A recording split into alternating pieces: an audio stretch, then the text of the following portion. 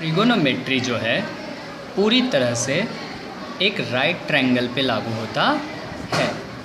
अब ट्रिगो को ध्यान देने से पहले हमें ध्यान देना ये पड़ेगा कि एक राइट ट्रायंगल में एक बड़ा वाला हाइपोटेनस होता है, साइड वाला एक साइड परपेंडिकुलर होता है और एक बेस होता है।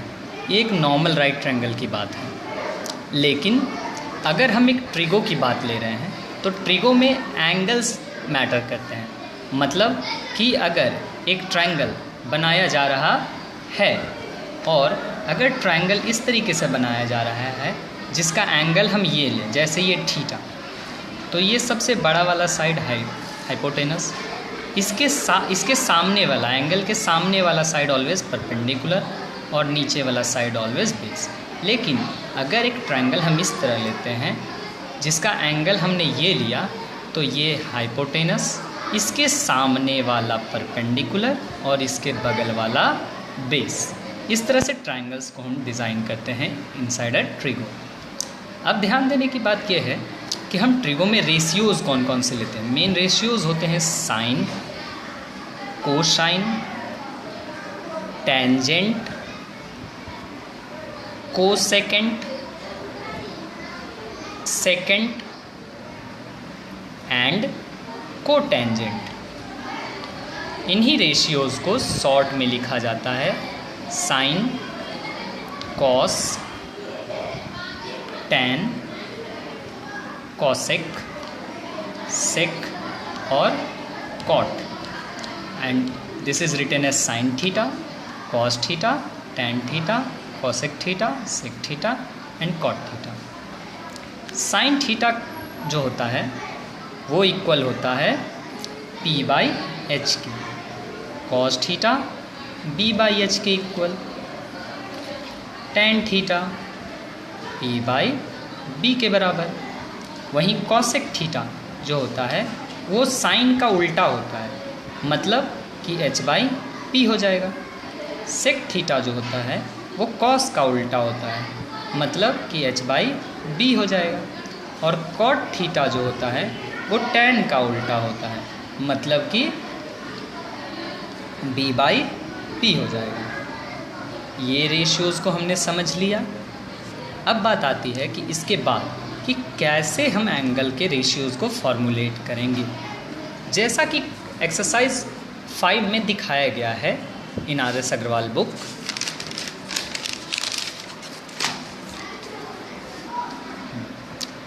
दिया हुआ है, मान लीजिए if you have been given sine theta equals 3/5, then find all other ratios.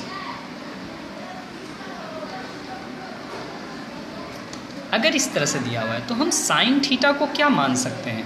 3/5 दिया हुआ है, साइन थीटा जो क्या होता है P/H यानी 3/5।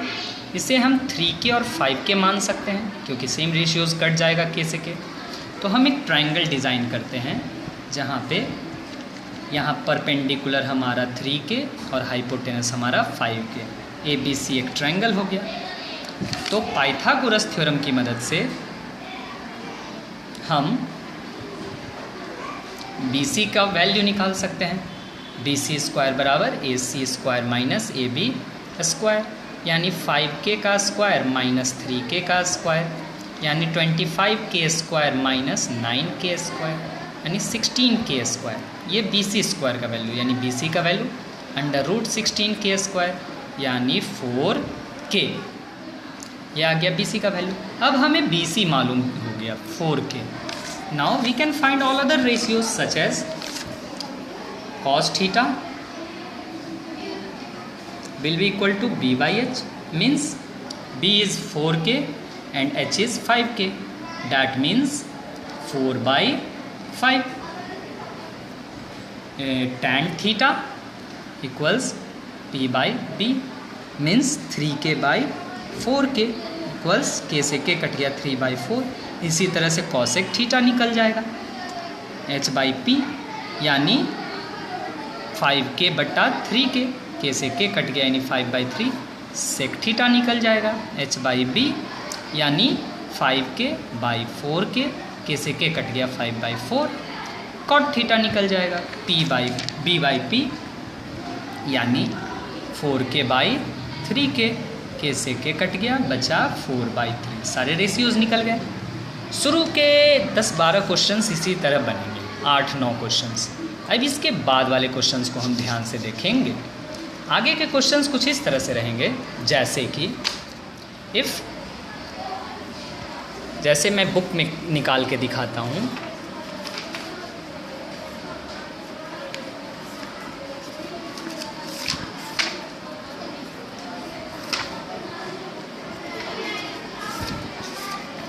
आपको क्वेश्चन इस तरह दिया रहेगा, there is a question number 9, cos theta equals 0.6। cos theta 9 number question of exercise 5, 9 number question of exercise 5, cos theta equals 0.6, then we can say that cos theta बराबर 6/10, that means 3/5, यानी cos theta बराबर अगर 3/5 है, इसे 3k/5 के लिख सकते हैं हम। तो एक ट्रायंगल जिसका बेस जो है वो 3k है और हाइपोटेनस जो है वो 5k। पाइथागोरस थ्योरम से हम परपेंडिकुलर का वैल्यू निकाल सकते हैं 4k। ABC एक ट्रायंगल हो गया, ABC इज़ द ट्रायंगल। अब हम बाकी निकालना क्या है, we have to find out the value of 5 sin theta minus 3 tan theta. We have to find out 5 sin theta minus 3 tan theta. इसके लिए पहले हम sin थीटा का वैल्यू निकाल लेते हैं। sin theta means p/h, 4k/5k means 4/5, and tan theta बराबर p/b, 4k/3k means 4/3। जो क्वेश्चन में कह रहा है, जो निकालना है, जो रेशियोज, उन सब के वैल्यू को हम निकाल लें और लास्ट में से पुट कर देंगे।